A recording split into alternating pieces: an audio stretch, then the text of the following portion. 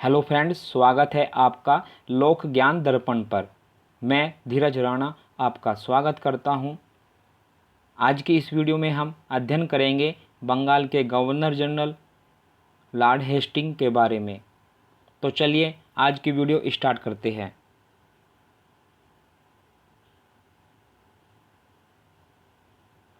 Lord Hasting, इनका समय था 1813 से ईस्वी से लेकर 1823 ईस्वी तक का, लगभग 10 साल तक ये बंगाल के गवर्नर जनरल रहे। अंग्रेज नेपाल युद्ध, जो कि 1814 से 1816 के बीच लड़ा गया, तथा सागौली की संधि 1816 पर समाप्त हुआ। इसी संधि के अंतर्गत यह तय किया गया कि उत्तराखंड और जो शिमला का जो क्षेत्र है वह ज़बरदस्ती भारत में मिला लिया गया। क्वेश्चन काफ़ी बार पूछा जाता है कि उत्तराखंड और जो शिमला का जो क्षेत्र है वो किस संधि के अंतर्गत नेपाल से भारत में मिला लिया गया था।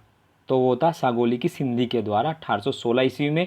और किसके समय में मिलाया गया था, ये भी क्वेश्चन पूछा जा सकता है। तो वो मिलाया गया था लॉर्ड हेस्टिंग के समय में, याद रखिएगा, वेरी वेरी इंपॉर्टेंट है।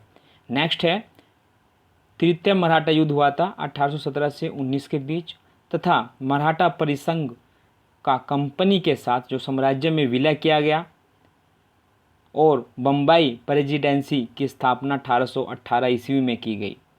कभी कभी एग्जाम में पूछा जाता है कि तृतीय जो मराठा युद्ध हुआ था वह कब हुआ था। नेक्स्ट है पिंडारियों। पिंडारियों का दमन की नीति का जो निर्वहन किया था वो किया था 1817 से 1800 ईस्वी के बीच लॉर्ड हेस्टिंग। एक्चुअली ये होता था कि पिंडारियों से काफ़ी परेशान हो गए थे अंग्रेज़, तो लॉर्ड हेस्टिंग ने ये एक नीति बनाई कि इनका दमन किया जाए। उस समय पर ये हिंदू और मुस्लिम कुछ व्यक्ति होते थे जो उग्र टाइप के होते थे। ये जो अंग्रेज होते थे उनको लूट लिया करते थे, उनसे हथियार लूटना, उनका राजस्व लूटना। पिंडारियों में बहुत सारे नेता हुए, वैसे कुछ इम्पोर्टेंट नेता हुए हैं जिनके नाम हैं, जैसे कि है जो चीतू खां थे, वासील मोहम्मद थे, करीम खां हुए, अमीर खां हुए। ये 3-4 जो नेता थे इनके पिंडारियों के, कभी कभी एग्जाम में पूछ ले जाते हैं। तो एक पॉइंट ऑफ व्यू से इसको आप याद रख सकते हैं, जैसे चीतू खां, वासील मोहम्मद और करीम खां थे और अमीर खां। नेक्स्ट है, सिंधियों के साथ इन्होंने संधि की थी, और मद्रास के जो गवर्नर थे टॉमस मुनरो द्वारा रियायतवाड़ी बंदोबस्त नीति लागू की गई थी 1920 ईस्वी में। यह रियायतवाड़ी नीति एक्चुअली है थी क्या, जो किसान होते थे जिस ज़मीन पर वे खेती करते थे, अब कंपनी ने ये नियम बनाया कि कंपनी और किसान के बीच में जो बिचौलिया रहेगा उसको ख़त्म किया जाएगा।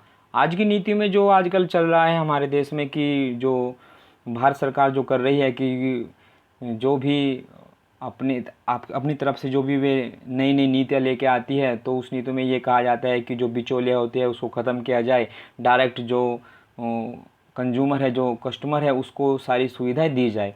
तो वही चीज़ें उस समय रियायतवाड़ी नीति के समय की गई थी, बंदोबस्त की नीति, रियायतवाड़ी बंदोबस्त की नीति, जिसके अंतर्गत ये कहा गया था किसानों और कंपनी बीच में कोई भी बिचौलिया नहीं रहेगा, और जो भी व्यवस्था होगी, जो भी किसान होंगे जो खेती करेंगे, वे उस ज़मीन के स्वयं मालिक होंगे।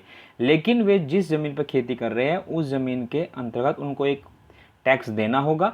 अगर वे टैक्स नहीं देंगे तो उन पर कार्रवाई की जाएगी। इस तरह से एक रियायतवाड़ी बंदोबस्त की जो नीति थी वो 1920 में लागू की गई थी, और इसको पूरे मद्रास में 1920 में लागू कर दिया गया था। अब आप यहाँ से याद रख सकते हैं, वेरी वेरी इंपॉर्टेंट जो चीज़ें हैं वो है तो सागौली की संधि है, तृतीय है जो मराठा युद्ध हुआ था वो इन्हीं के समय हुआ था, वो पिंडारियों का दमन हुआ था, और मद्रास के जो गवर्नर थे टॉमस मुनरो उस समय उन्होंने रियायतवाड़ी जो बंदोबस्त की नीति थी उसको लागू कर दिया था। आशा करता हूँ दोस्तों आज की इस वीडियो में आपको बहुत कुछ सीखने को मिला होगा, जो आपकी आगामी परीक्षा की दृष्टि से बहुत उपयोगी सिद्ध होगा। अगर आपको आज की वीडियो अच्छी लगी हो तो लाइक करें, कमेंट करें, सब्सक्राइब करें और हमें और अपने दोस्तों को उसको शेयर करना न भूलें। आपकी परीक्षा बेहतर जाए, आपको सफलता मिले, इसी मनोकामना के साथ मैं आपसे आज विदा लेता हूँ। फिर मिलेंगे आगामी वीडियो में। वीडियो देखने के लिए धन्यवाद। जय हिंद।